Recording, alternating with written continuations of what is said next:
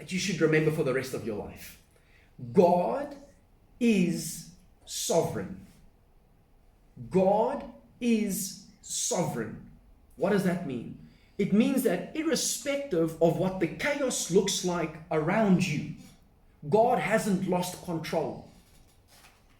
It might look like it has because you're looking with your eyes, but by faith believe that He is sovereign.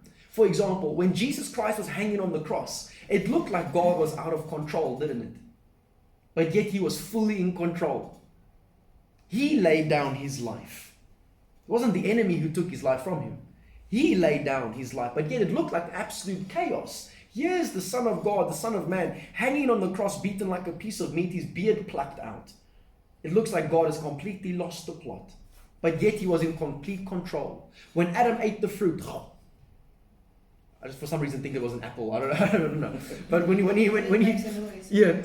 So for example, my wife with the pregnancy cravings. I mean, I'm laying there. Next thing I just hear. But anyway, so anyhow, apple a day keeps the doctor away, right?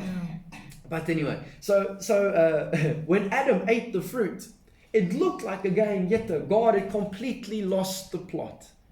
But yet He was absolutely in control, because already in Genesis chapter 3, He had the solution to man's problem by talking about sending His Son Jesus Christ, who would crush the head of the serpent. Already there He had it all in control. So when I say to you that He's sovereign, it also means and implies within your own lives, when sometimes things look like they are completely out of control all over the place, and you think that God has left you, you think that God has forsaken you, you think that God is mad at you, you think that God is trying to punish you by allowing you to go through this suffering and so forth, my friend, the devil is a liar. God is sovereign and He's fully in control. But He's busy working something inside of you, which is needed for the promised land moving forward. Isn't it strange that an entire generation had to die off first before they could enter into the promised land in the Old Testament? Why? Because of their level of thinking, the old way of thinking. That old way had to die. It's symbolic to us too, that when you embrace Christ, your old thinking needs to die, so you can embrace the mind of Christ. And one of the areas in people's lives that are tremendously under attack today is the area of your mind. Think of it like, for example, one of the big things that the youth struggle with, that the people try and proclaim over the youth, unfortunately, is that they are struggling with ADHD, attention deficit disorder, right? If I said that correctly. ADHD.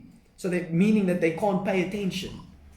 Why? Because the enemy is after their minds. Because the enemy knows if he can steal your focus, he can influence and pollute your entire perspective.